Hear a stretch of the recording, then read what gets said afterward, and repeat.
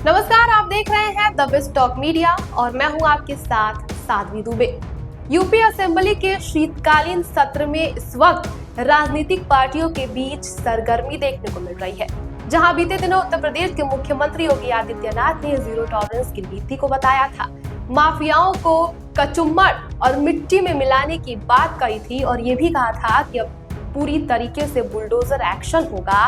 तो वहीं समाजवादी पार्टी के नेताओं ने कई ऐसे नेता थे जिन्होंने उत्तर प्रदेश के योगी सरकार का घेराव किया था।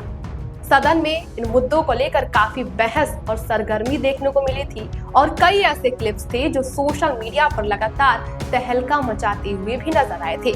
इसी कड़ी में समाजवादी पार्टी की एक और नेत्री ने उत्तर प्रदेश के मुख्यमंत्री योगी आदित्यनाथ पर कई सवाल खड़े किए हैं। बता दें, रागिनी सोनकर ने उत्तर प्रदेश के मुख्यमंत्री को स्कूल मर्जर वाले मुद्दे पर तगड़ा घेरा है। उन्होंने कहा है कि उत्तर प्रदेश में कई ऐसे प्राइमरी स्कूलों को बंद कर दिया गया था और नाम दे दिया गया था स्कूल मर्जर का। रागिनी सोनकर ने सदन में शिक्षा का मुद्दा उठाया है और सरकार का घेराव किया है और इसी कड़ी में मुख्यमंत्री योगी आदित्यनाथ और बीजेपी के तमाम ऐसे नेताओं ने क्या क्या बातें कही हैं, आज वो सदन में वायरल है। इन सब पर पूरी चर्चा और पूरा वीडियो दिखाते हैं आपको आगे इस वीडियो में। अध्यक्ष जी, मेरा प्रश्न जो था शिक्षा विभाग के पिछले किए हुए कृत्यों से जुड़ा हुआ था, क्योंकि अभी कुछ दिन पहले ये देखा गया कि विभाग के द्वारा कई सारे प्राइमरी स्कूलों को बंद किया गया मर्जर के नाम पर, और जब उसका कारण पूछा गया तो ये बताया गया कि उन स्कूलों में जो है बच्चों की संख्या कम है। तो मेरा प्रश्न जो था मंत्री जी से ये था कि सरकार ने विगत 9 वर्षों में बच्चों की संख्या बढ़ाने के लिए क्या कोई योजना बनाई थी, और अगर कोई कार्य किया था जिससे कि प्राइमरी स्कूलों में बच्चे बढ़ सके तो उस योजना की वजह से क्या लाभ हुआ और कितने बच्चे बढ़े। अध्यक्ष जी, उत्तर जो है वो बड़ा ही निराशापूर्ण है और उत्तर ये रहा कि कोई बच्चे नहीं बढ़े हैं। और योजना का क्योंकि मंत्री जी ने जिक्र नहीं किया, इसका मतलब कि सरकार ने कोई योजना बनाई ही नहीं कि सरकारी स्कूलों में जहां गरीब के बच्चे पढ़ते हैं, जहां पीडीए के बच्चे पढ़ते हैं, वहां उनको अच्छी शिक्षा दी जा सके। किसी भी स्कूल में अगर आप बच्चों को की संख्या को बढ़ाना चाहते हो तो वहां सर्वप्रथम सबसे जरूरी है वहां के पर्याप्त शिक्षक, वहां पे शिक्षकों की संख्या जो है वो पर्याप्त होनी चाहिए। दूसरी जो सबसे जरूरी चीज है वो है शिक्षक और साथ ही साथ जो बच्चे वहां पढ़ रहे हैं उनकी शारीरिक और मानसिक दुरुस्ती। और लास्ट में जो मंत्री जी कायाकल्प की बात कर रहे थे, खैर वो तो काया और कल्प सभी धरातल पर देख सकते हैं, जो कि है बेसिक इंफ्रास्ट्रक्चर।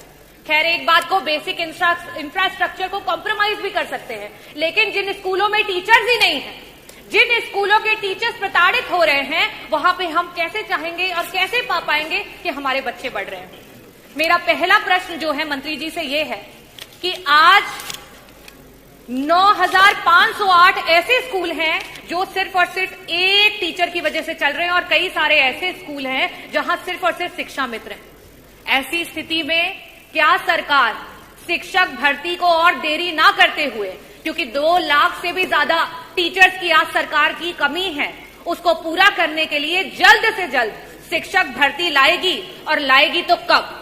और साथ ही साथ जो हमारे शिक्षा मित्र उतना ही काम कर रहे हैं और उनके पास जो है टेट क्वालिफाइड है, उनका समायोजन करने या उनका मानदेय जो है उसको बढ़ाने के लिए सरकार कब विचार करेगी?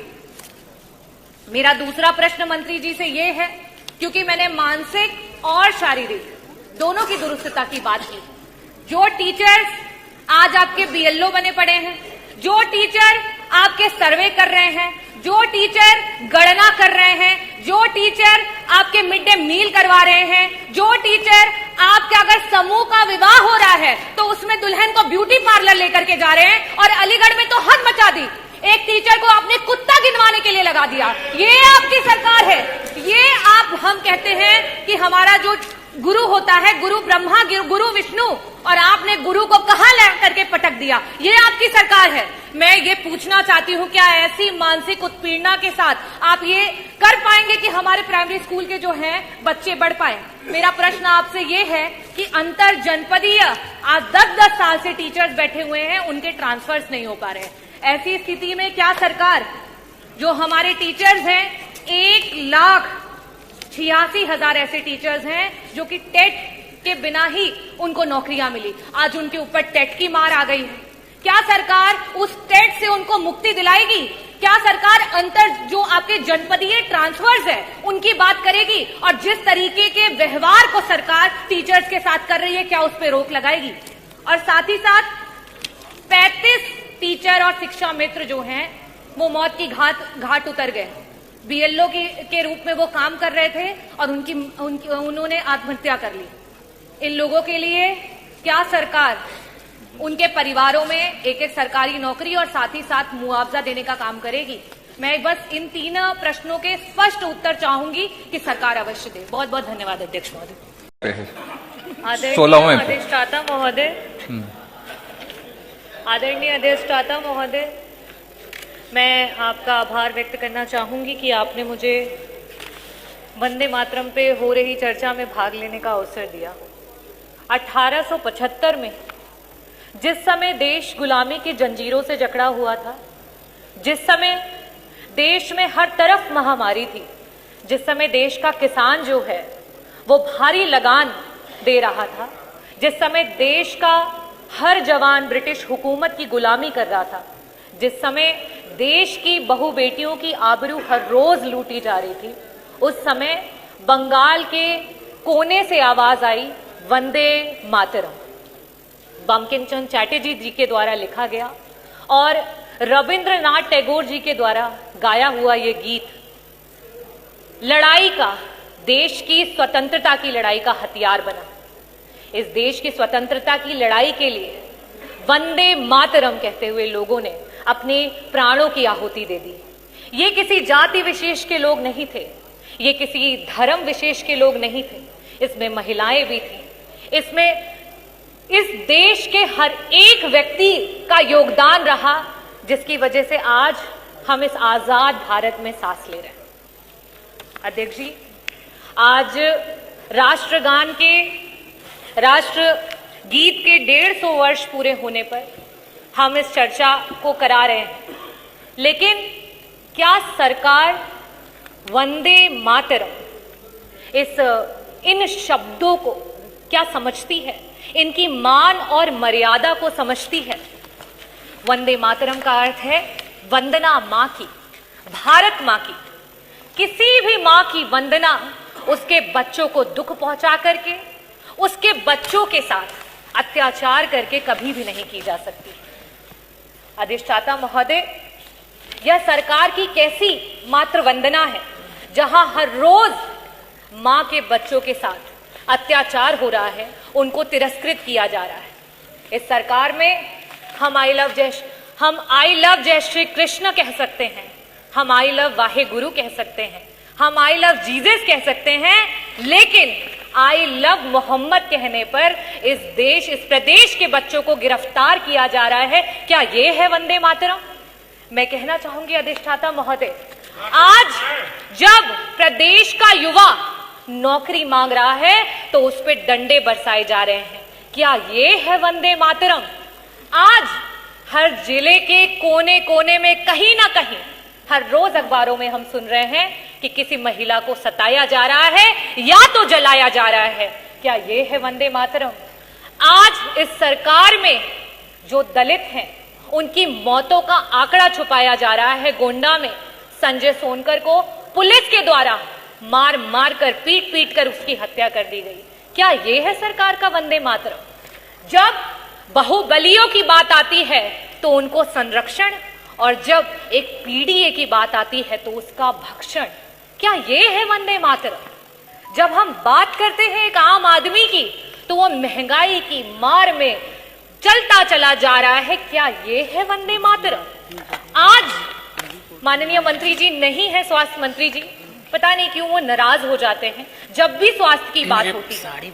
लेकिन जब अभी कुछ दिन पहले इसी सदन के कैबिनेट मिनिस्टर, जब उनको हार्ट अटैक आया और सरकारी अस्पतालों के इस प्रदेश के उप मुख्यमंत्री, स्वास्थ्य मंत्री और कैबिनेट मंत्री दर दर की ठोकरें खा रहे थे और आपका जो विभाग है वो गिड़गिड़ा रहा था इलाज के लिए और समाजवादियों के द्वारा बनाए गए मेदांता में जाकर के उनका इलाज हो पाया। आज स्वास्थ्य का ये हाल है उत्तर प्रदेश में। क्या ये है वंदे मातरम?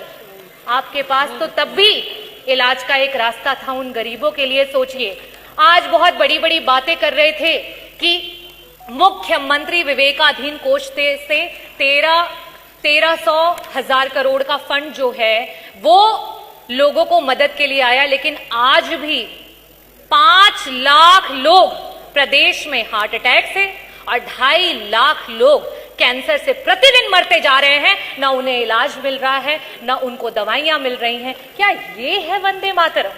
मैं अध्यक्ष जी ये पूछना चाहती हूं कि ये सरकार जो बार बार बताती है कि आप वंदे मातरम को नहीं पूछते हो, वंदे मातरम नहीं बोलते हो, क्या सिर्फ मुंह से बोलना है वंदे मातरम? वंदे मातरम का असली इम्तिहान तो धरातल पर होता है और धरातल पर उस मां के बच्चों के साथ हर रोज अत्याचार हो रहा है, हर रोज वो पीड़ा सह रहा है। क्या ये है आपका वंदे मातरम? आदरणीय अध्यक्ष जी, मैं ये कहना चाहूंगी कि हमारे पुरखों ने, हमारे पूर्वजों ने, वो किसी एक जाति और धर्म के नहीं रहे। उन्होंने हंसते हंसते कफन को चूम लिया, फंदे को चूम लिया, तब हमें आजादी मिली है। और मैं चाहूंगी कि यहां सदन में बैठा हुआ प्रत्येक व्यक्ति उनके बलिदानों को याद करे और असली वंदे मातरम को ये सरकार धरातल पर लेकर के आए। मैं पुष्प तो नहीं अर्पित कर सकती, लेकिन मैं शब्द चढ़ाती हूं।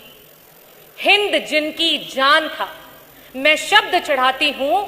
हिंद जिनकी जान था, नाम हिंदुस्तानी जिनका मजहब हिंदुस्तान था।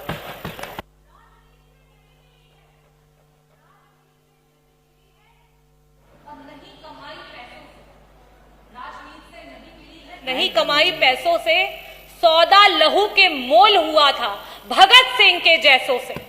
माओं ने गोली खाई थी।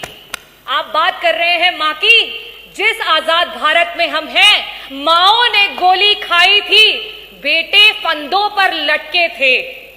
आजादी की डोली जो आज हम आजादी की डोली कुर्बानी के कंधों पर, बदन पर बंधी थी जंजीरें, दिल मगर आजाद था। रक्त के अंतिम कतरे में भी भारत जिंदाबाद था। भारत जिंदाबाद है और भारत जिंदाबाद रहेगा, क्योंकि रविन्द्रनाथ टैगोर जी ने इस गीत को गाया और उन्हीं के द्वारा गाया हुआ एक और गीत है, एकला चलो रे। आज प्रदेश की सरकार की जो नीतियां हैं, इस पीड़ित समाज को जिस तरीके से तिरस्कृत किया जा रहा है, आज पूरे प्रदेश की जनता इस बात से जो है हामी भरती हुई, इस बात को पूरा करने जा रही है कि एकला चलो रे। यदि तुम्हार डाक सुने क्यों ना आशे तुम्हें, एकला चलो रे, एकला चलो, एकला चलो, एकला चलो, एकला चलो रे।